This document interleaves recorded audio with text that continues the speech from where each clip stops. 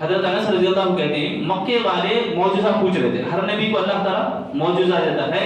ہمارا معجزہ کیا ہے؟ ہمارا معجزہ کیا ہے؟ ہمارے نبی کا معجزہ سب سے بڑا معجزہ قرآن. کیا بھی سب خاموشی سب معلوم ہے کیا؟ اللہ کے نبی کا معجزہ کیا ہے؟ معجزہ بولے تو معلوم نا. معجزہ بولے تو نبی کو ایک طاقت اللہ دیتا ہے, ایک پروف اللہ دیتا ہے. نبی بولنے کے لیے ایک دلیل ہوتی ہے معجزہ. تو وہ معجزہ اللہ تعالیٰ بہت سارے نبیوں کو دیا. موسیٰ علیہ السلام کو دیا نہیں, سمندر میں لاٹھی مارے تو کیا ہوئی ہے؟ سمندر کے راستے بن گئے. لاٹھی کو پھینکے تو کیا ہوئی؟ لاٹھی بڑا سانپ بن گیا. یہ سب بھی معجزے. ایسا ہر نبی کو اللہ تعالیٰ معجزہ دیا. تو ہمارے نبی کا جو معجزہ ہے وہ ابھی ہمارے پاس باقی ہے یا نہیں ہے؟ باقی ہے. نبی ہونے کے لیے ایک پروف, ایک دلیل قرآن, تو ہم اس کو پڑھ رہے ہیں. کتنی بڑی بات ہے. ہمیں نہیں سمجھی اس واسطے نہیں پڑھ رہے ہیں. ہمیں یہ معجزہ ہے قرآن. قرآن کو ہمیں پڑھنا چاہیے. تو انس رضی اللہ عنہ کہتے ہیں مکے والے نبی سے معجزہ مطالبہ کریں, یعنی تمہیں نبی ہو کو کیا دی گارنٹی. مکے والے پوچھے تو اللہ کے نبی صلی اللہ علیہ وسلم بتائے. مکے والے باقاعدہ مطالبہ بھی کرتے ہیں چاند کو 2 ٹکڑے کر کے دکھاؤ تم کو. تو اللہ کے نبی صلی اللہ علیہ وسلم چاند کا 2 ٹکڑے ہونا بتائے, کرائے نہیں. ہمیں سنے ہیں بہت سارے لوگ چاند کو اللہ کے نبی انگلی سے ایسا اشارہ کرے 2 ٹکڑے ہو گیا چاند بول کے بولتے ہیں. یہ ضعیف حدیث ہے. ایسا ہے انس رضی اللہ عنہ بول رہے ہیں کہ اللہ کے نبی صلی اللہ علیہ وسلم کے پاس جب مطالبہ آیا چاند کو 2 ٹکڑے کرو گے تو باقاعدہ اللہ کے نبی چاند کا 2 ٹکڑے ہونا بتایا. نبی صلی اللہ علیہ وسلم نے بتایا, باقاعدہ لوگوں کو دکھایا, لوگ دیکھے بھی. اس کا مظاہرہ بھی آج بھی سائنٹسٹ بولتے ہیں, سائنس بہت سارے لوگ چاند کے 2 ٹکڑوں کا جو نشان ہے وہ دکھ رہا ہے بول کے بتاتے ہیں. بہرحال سائنس کی بات دوسری بات ہے, قرآن اور حدیث کی بات ہماری پہلی بات ہے. اللہ تعالیٰ نے سورہ قمر میں فرمایا اقتربت الساعة وانشق القمر بول کے. قیامت کی نشانیوں میں سے ایک نشانی جو تمہارے پاس آ جائے گی, جو قریب میں ہے بول کے اللہ تعالیٰ بول رہا, وہ چاند کا 2 ٹکڑے ہونا, یہ بھی نشانی ہے. اب یہاں سے دیکھو یہ بات ہے کیا ہے, اللہ کے نبی صلی اللہ علیہ وسلم کا بھیجے جانا, نبی صلی اللہ علیہ وسلم کا ایک معجزہ ہم سنے. اب اس کے بعد سے ہمارا عمل ہے قیامت کی نشانیوں میں سے ہمارا, یعنی ہمارے بیچ میں رہنے والا عمل کون سا؟ علماء کا اٹھا لیا جانا. علماء کی کثرت سے اموات, موت, علماء کی موتیں ہونا. لاک ڈاؤن سے پہلے سے ہمیں غور کر رہے ہیں کتنے علماء, بڑے بڑے علماء, ایک سے ایک علماء, مثالی عالم دنیا میں کوئی ہے تو یہ بول کے گنتے تھے ہمیں. ایسے بڑے بڑے کبار علماء کا انتقال ہو رہا ہے. سنتے رہتے ہیں آپ بھی میڈیا کے ذریعے سے, نیوز کے ذریعے سے. تو یہ علماء کا اٹھا لیا جانا, یہ کیا ہے معلوم اصل میں علم کا اٹھا لیا جانا. قیامت سے پہلے ایسا ہوگا کہ اللہ تعالیٰ علم کو اٹھا لیتا ہے, علم کو اٹھا لیتا. دیکھو ہم سب کو یہاں غور سے کچھ باتیں غور کرنا ہے. حدیث میں آپ کے سامنے پڑھتا ہوں. ان اللہ لا يقبض العلم انتزاعا ينتزعه من العباد ولكن يقبض العلم بقبض العلماء حتى اذا لم يبق عالم اتخذ الناس رؤوسا جهالا فسئلوا فافتوا بغير علم فاضلوا واضلوا. بہت ساری باتیں اس حدیث کے اندر بیان کی گئی. سب سے بڑی بات یہ کہ اللہ تعالیٰ علم کو اٹھا لیتا قیامت سے پہلے.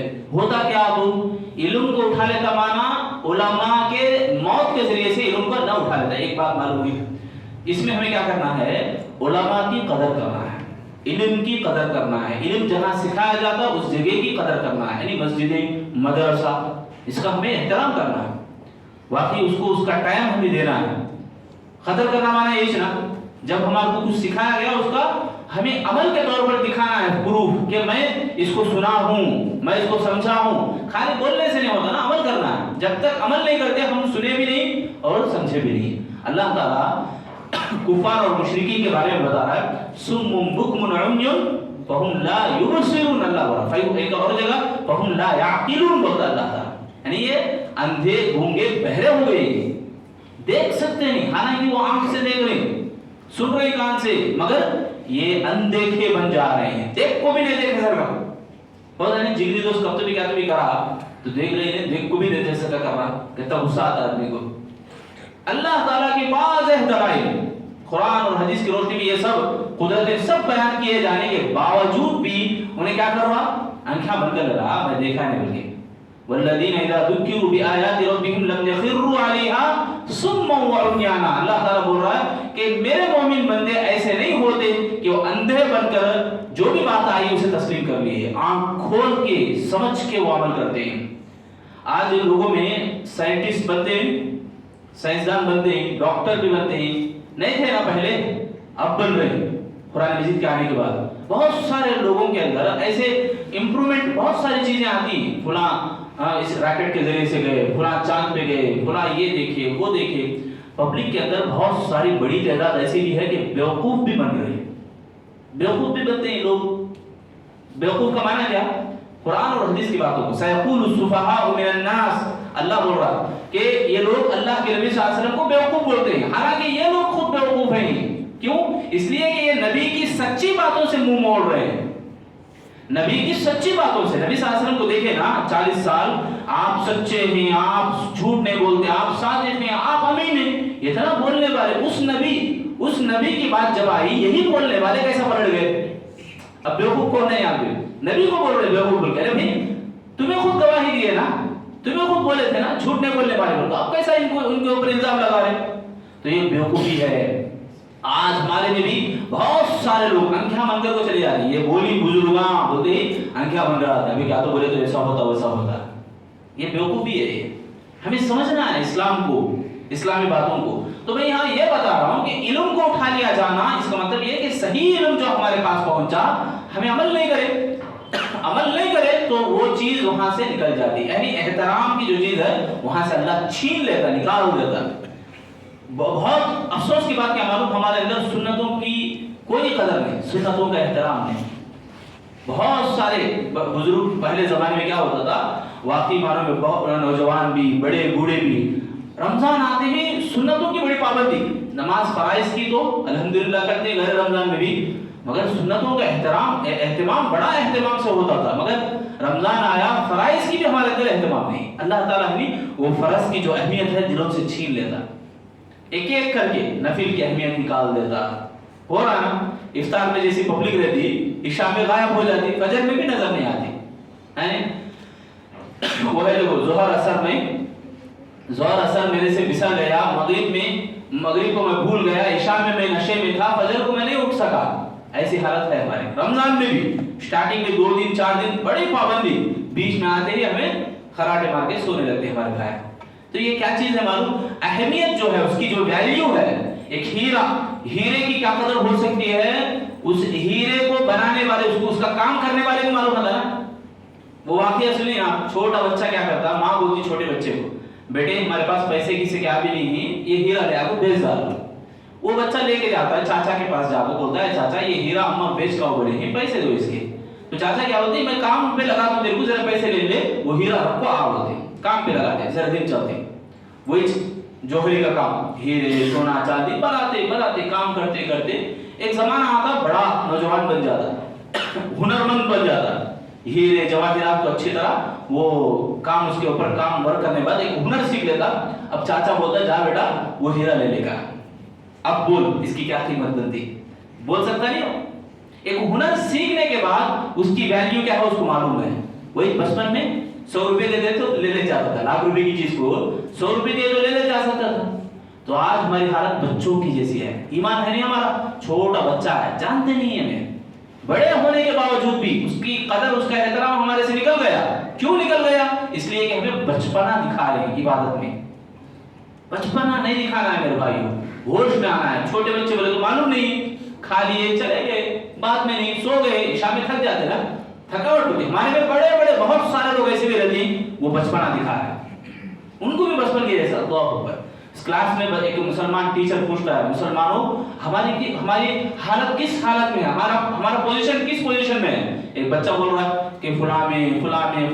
ایک بچہ بول رہا ہے ہماری پوزیشن مردوں میں ہے، مردوں میں۔ کیوں؟ الذی یذکر ربہ والذی لا یذکر ربہ مثل الحی والمیت۔ اللہ کے نبی صلی اللہ علیہ وسلم کی حدیث ہے، جو آدمی اللہ کا ذکر کرتا ہے وہ زندہ ہے، جو آدمی اللہ کا ذکر نہیں کرتا وہ مردے کی مثال ہے۔ خالی ہم رمضان کے نہیں میرے بھائیوں، پوری زندگی ہم مسلمان بننا ہے، بنیں گے انشاءاللہ۔ پوری زندگی میں ہمیں رمضان جیسے عمل کرنا ہے انشاءاللہ۔ اگر ایسا کریں گے تو موت جب آتی خوشیاں لے کر آئے گا۔ دیکھو حدیث میں نے آپ کے سامنے پڑھی ابھی، اور آگے بتایا گیا اذا لم يبق عالم، یعنی